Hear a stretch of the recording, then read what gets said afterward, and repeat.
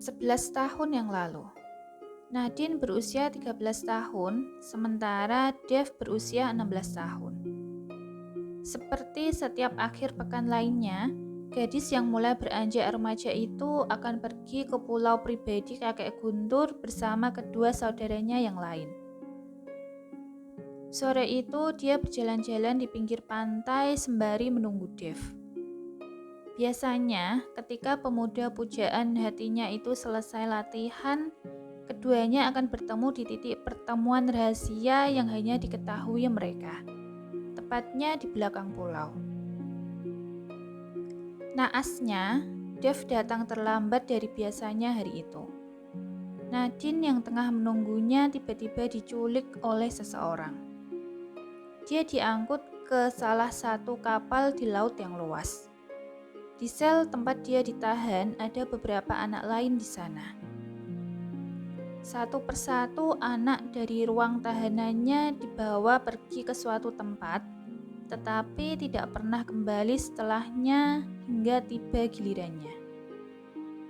Dia sangat takut dan terus menangis. Belum lagi dia juga oleh penjaga di sana. Dia diikat dengan erat, bahkan tidak bisa menggerakkan tubuhnya sama sekali. "Hei, di mana, Bos?" Seorang pria yang memakai jas putih seperti dokter bertanya pada temannya. "Ya, di mana lagi? Bermain dengan mungkin? Kalau begitu, haruskah kita mulai tanpa dia?" "Tidak, kita harus menunggunya," temannya berkata kepada pria itu. Setelah beberapa menit, seorang pria yang dipanggil bos tiba-tiba masuk ke ruang lab dan memberi aba-aba untuk memulai. Nadine gemetar hebat. Dia sangat ketakutan saat salah satu pria menyuntiknya dengan zat yang tidak diketahui. Tubuhnya bergetar lebih keras. Detak jantungnya mulai berpacu dengan cepat. Saat itulah tiba-tiba sirine kapal berbunyi. Sekelompok pasukan elit telah mengepung kapal. Terdengar suara dari segala penjuru. Nadine kesulitan bernafas. Dia terengah-engah. Wajahnya juga sangat pucat. Jantungnya serasa ingin meledak. Setiap darah di nadinya terasa seperti lava dari gunung berapi yang mengalir ke seluruh tubuhnya. Suhu tubuhnya tiba-tiba naik drastis. Dia menangis karena tidak tahan dengan rasa sakitnya. Sampai retina matanya berubah merah sebelum kembali normal beberapa detik kemudian. Zat kimia aneh yang tadi disuntikkan padanya telah bermutasi ke dalam tubuhnya dan mengubah segalanya menjadi penemuan baru. Dev juga ikut serta dalam pertempuran tersebut. Ketika dia pergi untuk melepaskan Nadine, gadis itu sudah pingsan tanpa detak jantung sama sekali. Dia sangat panik dan mencoba melakukan CPR darurat. Untungnya dia bisa menghidupkannya kembali dan mereka mengirimnya ke rumah sakit setelah itu. Semua orang di dalam kapal setelahnya. Nadine bisa merasakan sentuhan dari dokter dan beberapa tangan lainnya. Dia ingin bicara, tapi tenggorokannya sangat sakit. Hanya suara dentingan baja dan mesin yang bisa dia dengar sampai dokter mulai berteriak. Tuan Haris, Tuan Haris, putri Anda, darah putri Anda." "Ada apa ini? Kenapa jadi seperti ini?" Suara ayahnya sedikit bergetar dan dia bisa melihat bahwa ayahnya sangat khawatir serta cemas. Itu kalimat terakhir yang dia dengar sebelum dia tertidur lama. 6 bulan berlalu, suatu hari dia bangun seperti baru bangun dari tidur yang nyenyak. Ia duduk dan melihat ibu dan ayahnya yang tidur di samping ranjang rumah sakitnya. Mama. Dia memanggil ibunya pelan. Papa. Dia juga melakukan hal yang sama pada ayahnya. Sayang, apakah kamu merasa baik-baik saja? Ibunya segera bertanya padanya setelah terbangun. Dia mengangguk. Ayahnya juga duduk di tepi tempat tidur dan memeluknya, seperti dia sangat bersyukur bahwa putrinya akhirnya bangun dari tidur panjangnya.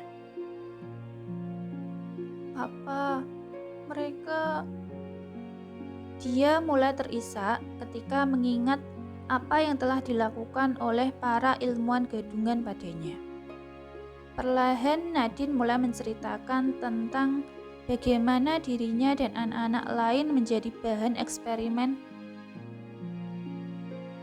Dia juga memberitahu orang tuanya tentang bagaimana dia disuntik dengan zat aneh dan bagaimana dia merasakan rasa sakit mengalir di setiap pembuluh darahnya. Seusai dia bercerita, kedua orang tuanya memeluknya. Ibunya menangis, sementara ayahnya hanya diam. Namun sebenarnya menyimpan beban yang berat di dalam hatinya. Setelah 3 bulan menjalani masa pemulihan serta melalui banyak pemeriksaan dari ahli dan ilmuwan, akhirnya dia bisa keluar dari rumah sakit. Ketika dia pulang ke rumah, ayahnya mengumpulkan seluruh orang kepercayaannya, termasuk Om Vicky, ayah Ben. Hari ini, aku memanggil kalian semua ke sini untuk memberitahu tentang kondisi putriku. Ayahnya memulai. Nadine, putri bungsuku, dia sedikit istimewa sekarang.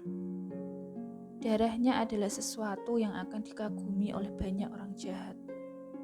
Dan mereka mungkin akan melakukan apa saja untuk mendapatkannya. Itu bisa menyembuhkan berbagai jenis penyakit. Namun, jika dia terluka, dia tidak bisa menyembuhkan dirinya sendiri. Dan setiap tetes darah yang keluar dari tubuhnya akan memperpendek rentang hidupnya. Jadi kumohon pada kalian semua, tolong bantu aku melindunginya, bahkan setelah aku tiada suatu hari nanti. Ayahnya membungkuk 90 derajat, membuat semua orang yang ada di sana kaget. Dave terdiam setelah mendengar ceritanya. Tersenyum simpul, dia tahu Dave mungkin tidak akan mempercayainya. Nadine kemudian berjalan ke dapur sebelum kembali ke sofa dengan sebilah pisau di tangannya. Dia mengulurkan tangannya padanya. Menatapnya dengan heran, Dave bertanya, "Apa?" Namun dia tetap memberikan tangannya padanya. Nadine menggores jarinya sedikit dengan pisau. Dia sedikit mengernyit. "Hei, tenang." Dia menggunakan pisau yang sama untuk sedikit mematuk jarinya. Menekan jarinya, darah warna merah agak kuning keemasan seperti warna lava pijar mulai mengalir keluar. Ini membuat Dave terkejut. Warna darahnya bukan merah pekat seperti manusia biasa. Dan warna ini sama dengan warna matanya semalam ketika dia mengunci tubuhnya di tempat tidur. Nadine menyentuh jari suaminya itu tepat di tempat dia melukainya tadi. Begitu darahnya menyentuh kulitnya yang robek, dia merasa seperti baru saja menerima antiseptik. Dia bisa merasakan dagingnya mulai menyatu lagi. Dan dalam hitungan detik, jarinya kembali normal seperti semula tanpa bekas luka sedikit pun. Nadine, dia pergi ke meja dapur dan meletakkan kembali pisau ke tempatnya, lalu mencuci tangannya. "Sekarang apa kamu percaya padaku?" "Tapi tidak mungkin kan? Dia masih shock. Kalau begitu jangan percaya dengan apa yang baru saja kamu lihat. Aku sudah menceritakan semuanya. Jadi apakah kamu bahagia sekarang? Atau jangan-jangan kamu juga memiliki niat untuk, katanya sinis. Jadi semua orang itu, mereka adalah pemburu darah, sekelompok ilmuwan. Aku tidak bisa membiarkan mereka hidup. Karena itu mereka sebelum mereka. Darahku adalah harta karun bagi mereka. Bayangkan saja, hanya dengan darahku aku bisa menyelamatkan seseorang tanpa obat. Tentang pernikahan kita, aku masih belum menandatangani surat cerai itu. Dia menyentuh pipi suaminya dan menatapnya. Tidak, bukan itu. Maksudku, aku bisa melindungimu. Katakan saja syaratmu. Hah? Syarat apa? Dia bertanya. Kamu adalah istriku kan? Sudah menjadi tugasku untuk melindungimu. Dan sebagai imbalannya, aku ingin kita tetap bersama. Jadi katakan persyaratanmu. Aku janji, aku tidak akan melanggarnya. Seperti mungkin kamu ingin memiliki hubungan terbuka dengan pria lain. Atau dia menjelaskan padanya. Aku hanya memiliki satu syarat. Lakukan tanggung jawabmu sebagai suami. Perlakukan aku sebagai istrimu. Setidaknya untuk 1 atau 2 tahun.